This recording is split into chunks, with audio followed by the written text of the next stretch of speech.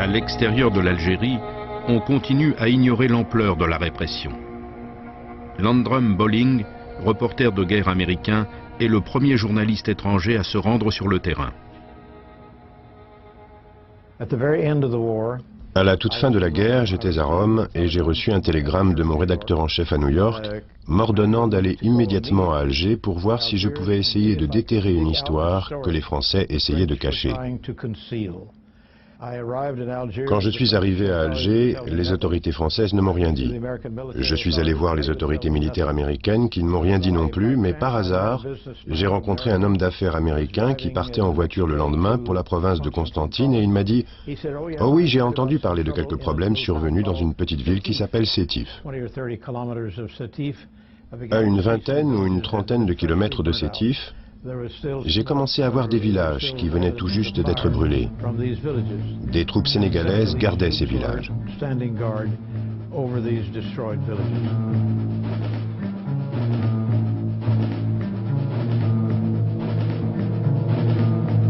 Depuis le 11 mai, l'armée a la situation bien en main.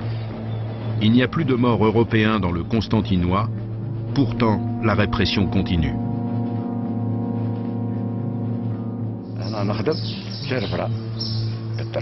J'étais serfin. En 1945, je travaillais dans cette gare. Le chef de gare nous avait mis des brassards. Seuls les cheminots et les travailleurs des ponts et chaussées avaient le droit de circuler.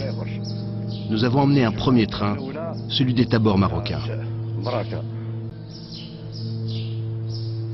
Ils ont fait partir un train de Constantine, un train à wagon plat sur lequel était installé un fusil mitrailleur.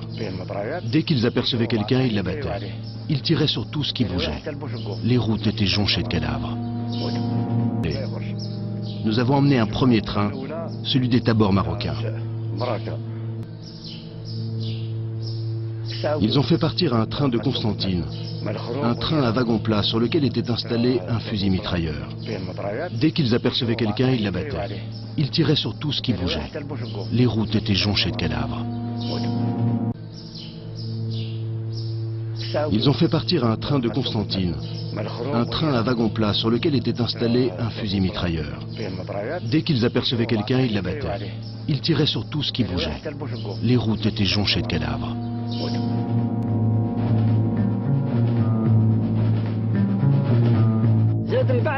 Après, les tabords marocains sont arrivés.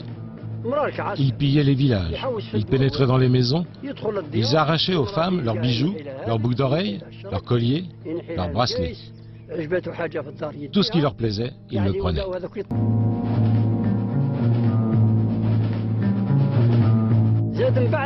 Après, les tabords marocains sont arrivés.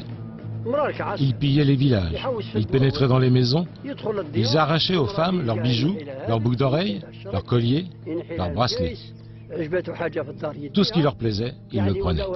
Les tabords marocains se retrouvent en Algérie pour réprimer aux côtés de tirailleurs. Les tabords marocains se retrouvent en Algérie pour réprimer aux côtés de tirailleurs. Les tabords marocains se retrouvent en Algérie pour réprimer aux côtés de tirailleurs. En Sétif en 1945, aux différentes grandes répressions qui ont eu lieu.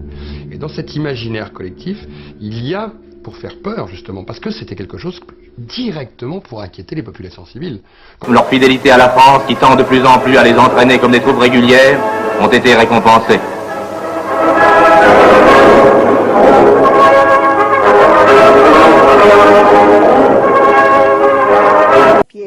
Sua figlia aveva 18 anni quindi, ma poi dopo che è successo? L'hanno curata, qualcuno si è preso cura di tutto, mi ricordo che loro andavano vestite con una vestaglia, andavano spogliato e qui proprio a sto punto, a sta fontana, cucinavano della carne dei bambini, dentro i vasi da notto. Senta, sua sorella l'hanno presa insieme a un'altra bambina di 10 anni. Di 10 anni, due ragazzi di 10 anni. E dove l'hanno portate? L'hanno portata dietro una pagliaia. Gli hanno fatti come dolore, gli si è caduta.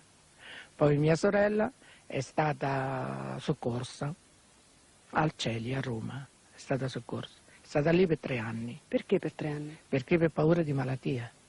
Invece l'altra bambina che conseguenza ha avuto? La bambina è pensiero. Alle donne, ai bimbi, agli anziani, ad Esperia e in tanti altri paesi. Sono il presidente dell'Associazione dei Reduci Marocchini che hanno combattuto sul fronte italiano. inquadrati nel CEF, il corpo di spedizione francese. Io non ho combattuto in quella guerra, sono un figlio. Ma sento il dovere morale di chiedere scusa alle vittime civili per le violenze che hanno subito da parte delle truppe marocchine sotto il comando francese. Naturalmente so che le mie scuse hanno soltanto un valore simbolico e non potranno mai risarcire le sofferenze di quegli uomini e di quelle donne.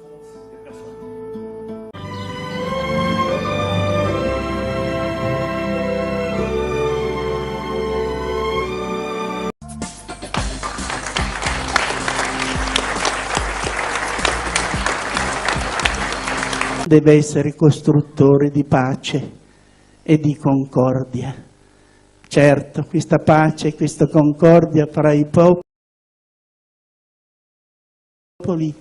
non si costruirà se ogni donna... Prononcé maroquinate en italien pour les actes des Marocains est un terme appliqué aux viols et meurtres de masse commis pendant la Seconde Guerre mondiale, après la bataille de Monte Cassino en Italie. Celles-ci ont été commises principalement par les goumiers marocains, troupes coloniales du corps expéditionnaire français, FEC, commandé par le général Alphonse Juin, et visaient